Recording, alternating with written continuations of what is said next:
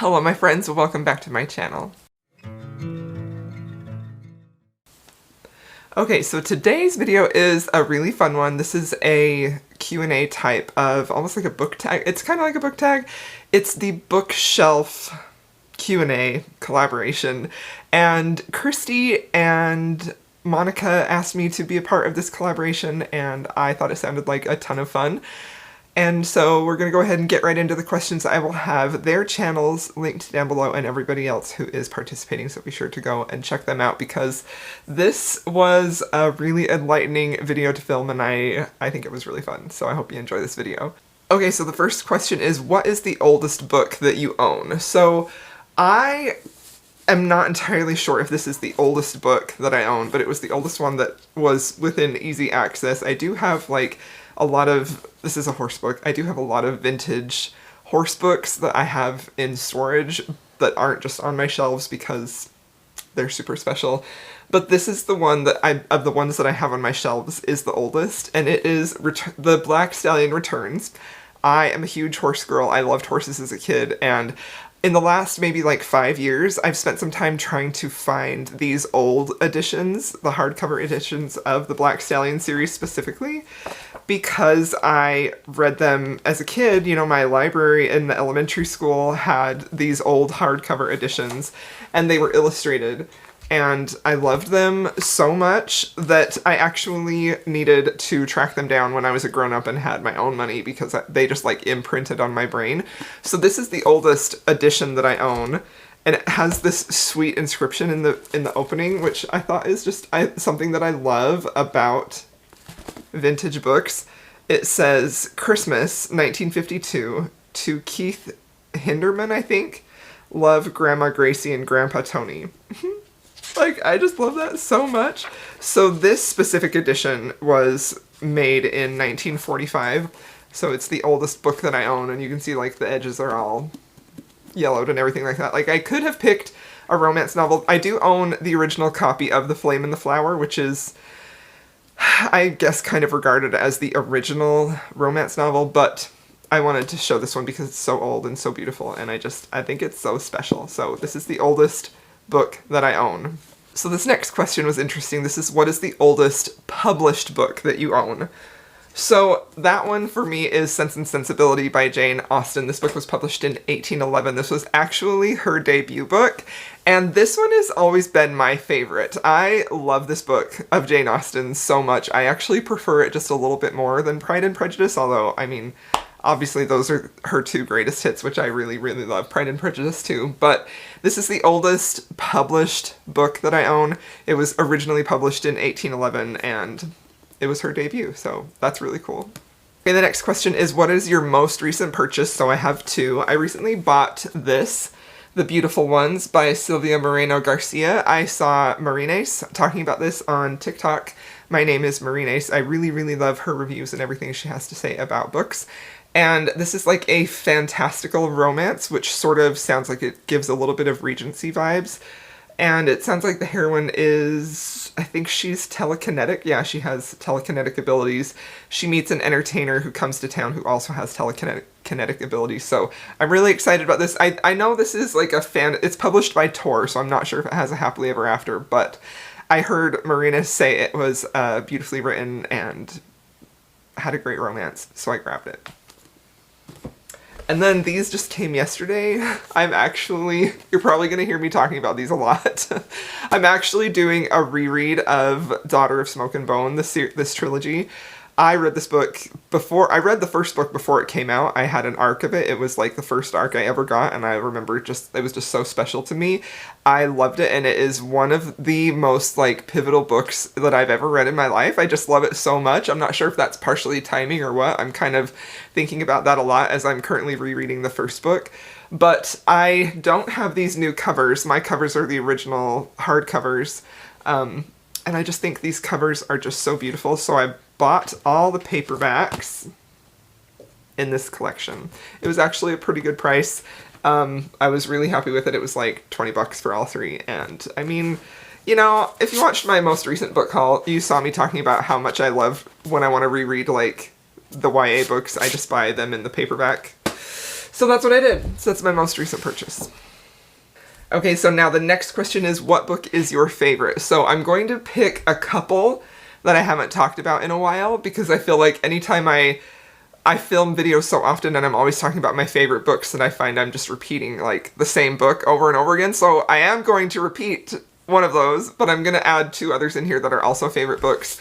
And one of them is Part of Your World by Abby Jimenez. This is a book that really means a lot to me. I really love the heroine's journey in here and everything she struggled with and overcame. And I love the hero. I thought this was just... for me, this was a deeply personal book, and I just absolutely loved it. So this is a favorite. And then this is one that I don't think I've ever mentioned. I may have mentioned it in passing, but Strange the Dreamer by Laini Taylor. Talking about Laini Taylor again. She's one of the most beautiful writers I have ever read in my life, and I absolutely adore this book. It is heartbreaking, beautiful, descriptive, emotional, just fantastic. It is a fantasy. It's a YA fantasy, and I think you could say this is probably better than her Daughter of Smoke and Bone series, but that one is, you know, special to me for sentimental reasons. But this book is just so lovely and so perfect and just so moving, and I may just end up going and rereading all of her backlist because I just adore her as a person. I love her books so much. We haven't had a book published by her in a while, and I'm hoping she's not done writing because she is such a magical, magical talent. And then, of course, I can't not mention these beautiful books. These are my absolute favorite books that I own. They are my prized possession. These were gifted to me by Jessin for Christmas, my dear friend Jessin. These covers, I found the Grip trilogy when the covers had already changed. I'd read them 2 years ago. I read them 2 years ago and just absolutely fell in love with them. And again, this is a series that is deeply personal to me and means so much to me. I just love Kennedy Ryan with my whole entire soul, but this romance specifically, and these specific editions that not only are gorgeous and original, but they were given to me by my dear friend, like, they just mean so much to me. So these are my favorite books, and I love them, and I think everybody should read them. Now, this next question was hard. It's, what is your least favorite? So I don't keep books that I don't like. If I read them and I really don't like them, I just get rid of them. I unhaul them. I donate them.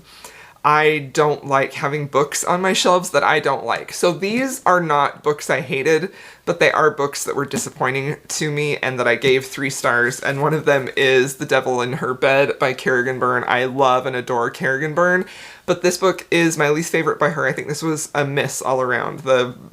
I don't need to go into it. I've talked about it a lot before, but the romance was frustrating. The external plot was frustrating, and just it wasn't up to her standards, in my opinion, which makes me really sad because as far as, well, no, she has written some indie romances. I believe this was her last traditionally published historical romance, and it makes me really sad because I want her to keep writing these. So another one that is my least favorite is Daisy Hates. I really enjoyed Magnolia Parks. I did not think it was perfect at all, and it definitely had its problems, but there was something about that book that I found really intriguing and just interesting, and I enjoyed it. So I had high expectations. I was hoping that with this book we would see a little bit of an increase in her skill and her storytelling, and this one felt very much like she had backslid in her storytelling and writing ability. It was extremely repetitive in both tone, writing style, and decisions the characters made. The story in here is basically recycled from Magnolia Park, so this was disappointing, but I'm not going to get rid of it because I just love the covers. So it's not a book that I didn't like enough to get rid of it, but it was a book that is probably one of my least favorites. So now this question is a fun one. This is, what author or authors do you own all of their books? And I don't really think that I own every single book from any author. I really don't. There are always some books that I don't have in my collection. But one author that I own a whole lot of is one of my favorite authors, Cassandra Clare. I own so many of her books. You know, I was buying them as they were published. I started reading her in 2008. In 2008, I started reading her. Now, I haven't read a Cassandra Clare book since 2020 is the last time I read one of her books. But I love her. I love her books. I just do. I mean, you know, it's been 3 years since I've read one of hers, so maybe my feelings will change because I do really want to get back to this series, which is her latest release. I want to reread this whole series, and then I kind of want to actually reread more of her books, like The Infernal Devices, which I love. So yeah, I own I think I own pretty much every single Cassandra Clare book, at least the books in her main series. And I own a special edition, like the 10-year anniversary edition, and I also own some of her bind-ups, like the Tales from the Shadowhunter Academy. You know, like, I owned 3 of those, so I think I own the Magnus Bane one.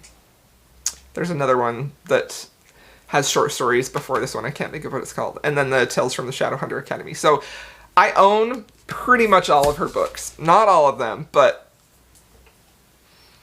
pretty much all of them. And I also own them in multiple editions. I just really like her. I mean, obviously I also own almost all of Kennedy Ryan's. I own all of her independent published books. The only books of hers I don't own, which I have read, are her traditionally published debut trilogy. I want to collect that at one point, but I don't have that one yet. And then Lisa Kleypas, I own almost all of her books. There are a few here and there, not in her series, just standalones, that I don't have. I actually may own all of hers because I just found one of hers that I was missing. My bookshelves are not very organized, which brings me to another question in a minute.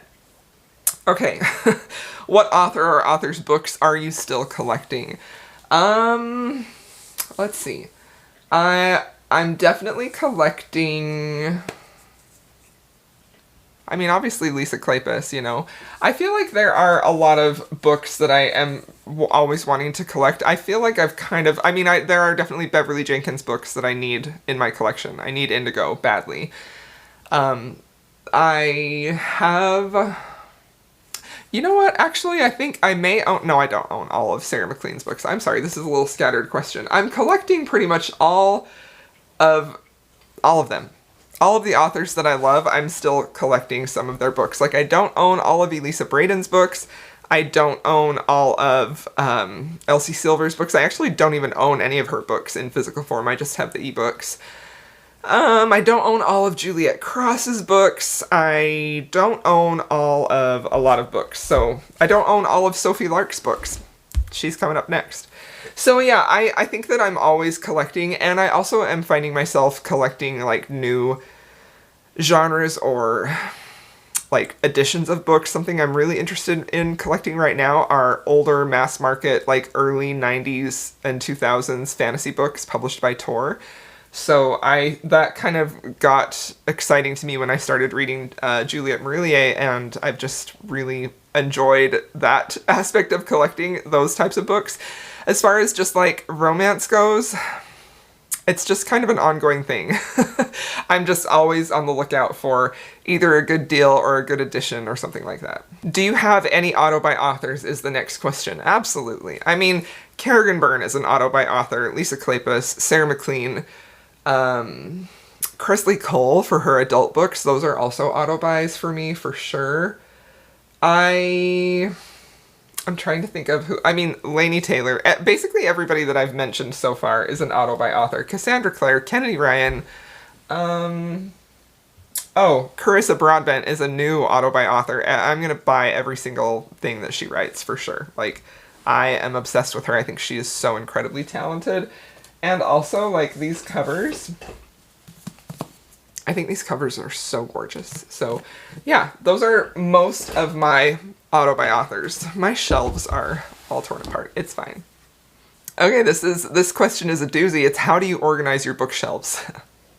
I don't, okay? Like, for the last few months I've been thinking about, I need to just completely get all of my books off of all of my shelves, because this studio, it's just got shelves and books everywhere. This is my art studio and where I work. But then I have shelves in my family room that I need to go through, so something I desperately need to do is reorganize my bookshelves. And I don't know when I'm going to do that. Maybe this summer. Maybe that will be a summer project. But yeah, the short answer is I don't. Not really. I mean, I have, like, shelves. Like, I have a historical shelf here that's, I mean, kind of in a rainbow, which I think looks cute. But is not practical because I forget that I have a lot of them. This is a fantasy shelf, fantasy romance. Fantasy romance up here is independent romances, indie romances, and then more rainbows over there, more historicals over there. That's my Sophie Lark shelf. Can you see? Right over there. You probably can't see. So anyway, yeah, I need to reorganize these. I have paranormal romance and historical romances over there. I don't organize them very well. I put them where they fit. Okay, the next question is, do you have any book box editions or special editions that came directly from the author? So I do sometimes. I've never been a huge book box person, mostly because I don't like subscribing to things because then I always get stuff from authors that I don't like or extra stuff that I don't need or want. I'm more just interested in, like, if I see a pretty edition of a book, I really want to have that. So these are actually, when Sophie had the new covers made for her Sinner's Duet, she actually sent me these copies herself, and she personalized them to me with a little note on the inside, which I just loved. So these are kind of my prized possessions from her. They came straight from her, which I thought was incredibly kind of her. And then this one is actually one that I think this was Owl Crate, maybe? I've never really gotten into the Owl Crate for the YA books. They seem a little extravagant and pricey, in my opinion. But this is a book that is, again, deeply personal for me, and I just adore it so much. It's a YA fantasy about murderous horses on a Celtic-inspired island.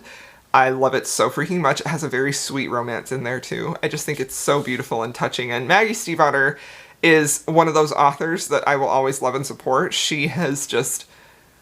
I mean, I knew her before she was a published author, when she was doing her writing. We both were artists at the same time, writing on art blogs, posting art every day, doing the daily painting movement. So I knew her a little bit from back then, and I've just sort of followed with her career, and I think she's extremely talented. So this, again, is a book that is, like, really deeply personal to me, and I think something that makes this even more special, this edition specifically, is that not only is it, I think it's like an anniversary edition, but it also comes with this really beautiful artwork that Maggie did herself. And, you know, she often will talk about her art. She still draws, and I think she mostly does colored pencil. Sometimes she will paint, but she talks about that, and I always feel just this little bit of kinship with her because I remember those days of being starving artists together, and I don't know, this book means a whole lot to me. So that is a special edition that I really, really love. I have other special editions too, but those are the ones I'm gonna share with you today. Okay, the next question is, do you think book boxes are worth it? This is an optional question, and I'm just gonna give you my opinion because I think this is just such a personal question. Everybody is going to have a different answer depending on what they value. For me, I found that they're really not. I mean, on the rare occasion that I find something really special, like I said, I think this was the 10th anniversary of this, and a book that is so meaningful to me, I was like, I will literally pay anything to get that. I need to have it so badly. But then I have, like, other book boxes that are really pretty, and they, you know, have really neat alternate covers, but I think that, especially because my book storage space is so limited, I prefer to be really choosy and selective about the special editions that I'm bringing in. So I don't know that they are worth it. I think that's something everybody needs to decide on. I do wish that they would have more just beautiful covers, or maybe like a reversible dust jacket. Like, I think that's such a cool idea, instead of just adding like pins and stickers and things like that. Like, I don't need the extra stuff. It's fun. I just want the pretty books, you know? Okay, so now the last question is, if you could recommend 3 books, what would they be? So I have a romance, a YA book, and a classic, which are kind of, I mean, YA fantasy and fantasy books in general, specifically though YA fantasy, or when YA fantasy was really, like, big, hitting it big, like from 2008 to maybe like 2013, I feel like that was the heyday of YA fantasy, and there were some truly amazing books that were published in those years, you know, maybe a few years later, because I don't think that includes Six of Crows, which is an incredible book as well. But there were so many powerful, beautiful, moving, impactful books that I feel like if they were written at any other time when there wasn't such a huge boom for YA, such a huge amount of people who were wanting to spend money on that, I think they probably would have been made into adult fantasy books. And I think that that is one reason why they draw in some adult readers, is because it was offering something special that wasn't in any other genre, you know? So one book that I will always recommend is Daughter of Smoke and Bone. This book just like popped up in my memories of how much I loved it when I was trying to get out of a reading slump. I have a vlog coming soon about that. And I just love everything about this book. It is beautifully and sensitively written. The words, the prose in here are just absolutely delightful. They are so moving. They're so insightful. There are so many things in here that Lainey says through her character's eyes or actions that really like make me feel this sense of like kinship or awareness that other people feel like that too. And I think that's something that YA books specifically do really well, especially because they're at such a transitional part in young people's lives usually. Like the characters in this book are in art school, so they're at university, and that's why I feel like this book specifically would have been probably put in to a different category if it hadn't been for the huge grip that YA fantasy had on the publishing industry at the time. But this book is just beautiful, sensitive, everything that I want in a book that really speaks to what it is to be human in this world, with some characters that are not human at all. I think this is fantastic, and I really feel like everyone should read it. I feel like this is a book that adult readers would really love, and I mentioned that in a video once before, and someone left a comment talking about how, you know, the gist of it was they're better than YA because it's a kid's book, and I feel like YA books should always first and foremost be targeted to teens, young adults, kids, but that doesn't mean that adults can't find beauty and value in them too. So, I don't know, this is a fabulous book. For my classic, I want to recommend Oliver Twist by Charles Dickens. I love Charles Dickens so much, and he actually is somebody that I don't talk about very often because I feel like everybody talks about him who reads classics, but this is such a fantastic book because you're dealing with so many different characters in their own separate lives and how they intersect and how the actions of one character affects the lives of another character. And something I think that Charles Dickens does excellently in this book is how he talks about the social construct of the lower class and the upper class. And I mean, that's not a new concept, but I think that the way that he handled that with some really brutal realities and also some really quiet, tender moments is just so beautifully well done in here. This is deeply empathetic and just fantastic. If you like character studies and you're okay with getting used to the language, I feel like you have to read this book. It's so beautiful and so good. And then for the romance, I would recommend A Heart in the Highlands. So I love this book so deeply. It is a short book. It is closed door. It is a very quiet romance. There's nothing in here that is over the top or dramatic, but this book does something very specifically that I absolutely loved and that touched me so much it like almost made me cry. And I don't cry a lot in books. I'm not a huge crier. But this book is a romance. It's an arranged romance, and then the hero ends up abandoning her because of something that he wants to like get revenge on his father for, and she ends up pregnant because of that and ends up raising their child alone, and she is deeply, deeply hurt by that. And the thing that really made this book work for me so well is the fact that when he's trying to get her back, to win her love, to try and get a place in his life when he returns, the whole book is essentially a grovel. But it's a very quiet grovel in the way that we're looking at how is the heroine going to forgive him? Should she I mean, at this point in the book, you know, she didn't really have an option. It was either, I will forgive you and we can live together in love, or we can just live in name only. And I think that is a reality that a lot of women and couples have faced over time. And I just felt it was so sensitively done, and I really, really enjoyed watching the hero work through the reality of the grief and the pain that he had caused her and how he was going to try and make that right. So I think this is one of my favorite romances for that reason, because all of those emotions are very realistic. They're very realistic, and I loved watching that forgiveness be earned and accepted, and it just was so beautiful. Okay, there you have it. Those are the questions for the bookshelf Q&A. I thought this was super fun. Thank you so much, everyone, for including me in this, Christy and Monica. And be sure to check out everyone's videos, and I will see y'all in my next one.